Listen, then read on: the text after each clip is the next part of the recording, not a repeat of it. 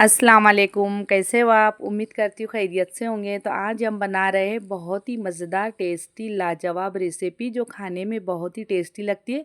और मज़े की बात तो ये है, बहुत ही झटपट और बेसिक से सामान से ये बन के तैयार होती है। इसे बनने में ज़्यादा वक्त भी नहीं लगता है और खाने में इसका टेस्ट लाजवाब होता है। तो चलिए देख लेते हैं इस टेस्टी सी रेसिपी को हमने कैसे बनाया है। तो इसके लिए मैंने यहाँ खीमा ले ली हूँ। ये घर का किया हुआ खीमा है। मेरे पास चॉपर था, उसी में मैंने खीमा पीस ली हूँ। गोश्त को मैंने पीस ली हूँ बारीक, बहुत ही फाइन हमें इसे पीसना है। और इसे अच्छी तरह से धोकर ली हूँ मैंने। इसका पानी अच्छी तरह हमें निचोड़ लेना है। और यहाँ ले ली हूँ मैंने प्याज। तो मैंने 2 किलो खीमा ली हूँ और उसके लिए मैंने 4 बड़े साइज़ की प्याज ली थी। उसे भी मैंने चॉपर में ही चॉप की हूँ। और प्याज और खीमे का पानी हमें अच्छी तरह से निचोड़ कर लेना है। अब मैं इसमें ऐड कर दूँगी कुटी हुई लाल मिर्च 4 टेबल स्पून।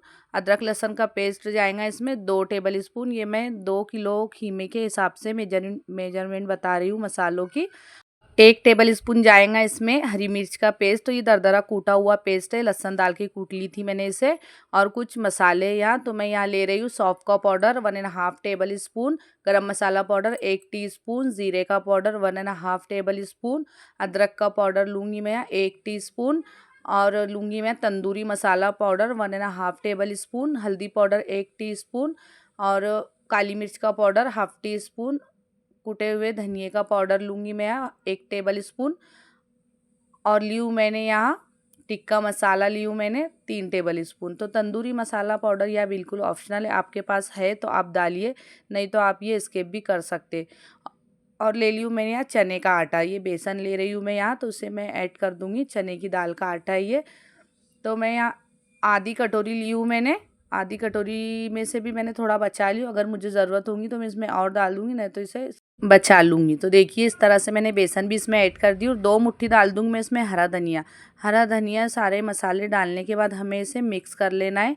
अगर मुझे ज़रूरत होगी तो मैं और बेसन डालूँगी।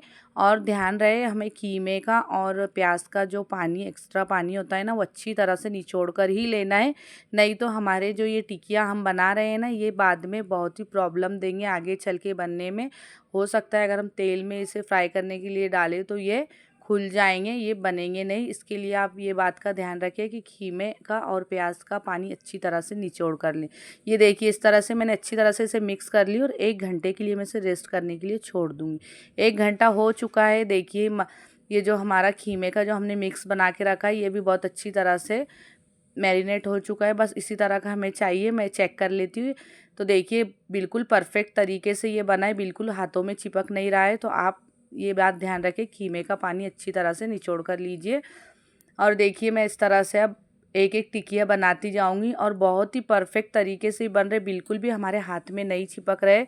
तो ये परफेक्ट सारे मेजरमेंट जो बताई बहुत ही परफेक्ट है। तो बस इसी तरह से आप 1 किलो के हिसाब से 2 किलो के हिसाब से कम ज़्यादा मेजरमेंट कीजिए मसालों की और इसी तरह से बनाइए। ये देखिए मैं एक और बनाकर बता रही हूँ आपको, बिल्कुल भी हाथ में ये नहीं चिपक रहे।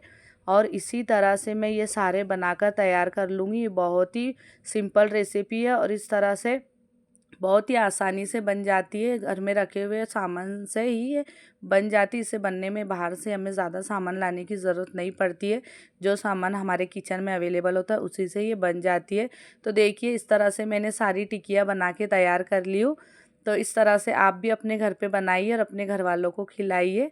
अब इसी तरह से मैं बाकी का जो बचा हुआ हमारा मिक्स है ना कीमे का, उसका भी मैं सारे टिकिया बना के रेडी कर लूँगी। देखिए मैंने बना ली हूँ। इसे भी हम अब साइड में रख देंगे और अब हम गैस की तरफ चलते हैं। तो देखिए मैंने गैस पे कढ़ाई रख दी हूँ। कढ़ाई में मैंने तेल डाल दी थी। तेल गरम हो चुका है। मीडियम हॉट गरम करना है हमें, तेल को ज़्यादा ओवर हॉट नहीं करना है, नहीं तो टिकिया हमारे जल जाएंगे। इस तरह से ऊपर से जल जाएंगे, अंदर से ये बिल्कुल कच्चे रह जाएंगे।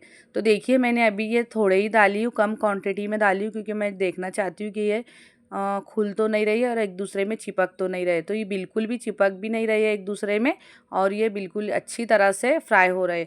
तो बस इसी तरह का ये परफेक्ट मेजरमेंट है। तो आप भी ये रेसिपी एक बार ज़रूर ट्राई कीजिए मेरे तरीके से। और इस तरह से मैंने फ्राई करके निकाल ली हूँ एक प्लेट में। अब मैं ज़्यादा क्वांटिटी में इसमें ऐड करूँगी तेल में, क्योंकि ये परफेक्ट तरीके से फ्राई हो रहे हैं इसके लिए। और इसे हमें 1 मिनट तक बिल्कुल भी पलटना नहीं है। 1 मिनट के बाद ही हमें इसे पलटना है, इसकी दूसरी साइड हमें चेंज करना है। तो देखिए 1 मिनट तक मैं एक ही साइड से इसे फ्राई होने दूँगी और 1 मिनट के बाद मैं इसकी साइड चेंज कर दूँगी। तो देखिए 1 मिनट में इसमें बहुत ही प्यारा कलर आ चुका है। माशाल्लाह बहुत ही अच्छा इसमें कलर आया और जब हम इसे फ्राई करते हैं ना तो घर में हमारे इतनी अच्छी खुशबू चलती, पूरा घर हमारा महकने लगता है। तो देखिए इसे फ्राई होने में सिर्फ 2 से 3 बहुत 3 मिनट का ही वक्त लगता है और ये फ्राई हो जाते हैं। इसी तरह से मैं सारे फ्राई कर लूँगी। तो देखिए कितना सिंपल था ये बनाना और कितने झटपट ये बन जाता है। तो आप भी रेसिपी अपने घर में एक बार ज़रूर ट्राई कीजिए और मेरी रेसिपी आप कहाँ से देख रहे हैं मुझे कमेंट में ज़रूर बताइए। और इस तरह से ये सिंपल कच्चे कीमे की टिकिया आप भी अपने घर पे बनाकर ट्राई कीजिए। आप भी खाइए, अपने घर वालों को भी खिलाइए। और हमारे यहाँ इसे टिकिया कहते हैं, आप क्या इसे क्या कहते हैं मुझे कमेंट में ज़रूर बताइए। खुदा हाफिज़।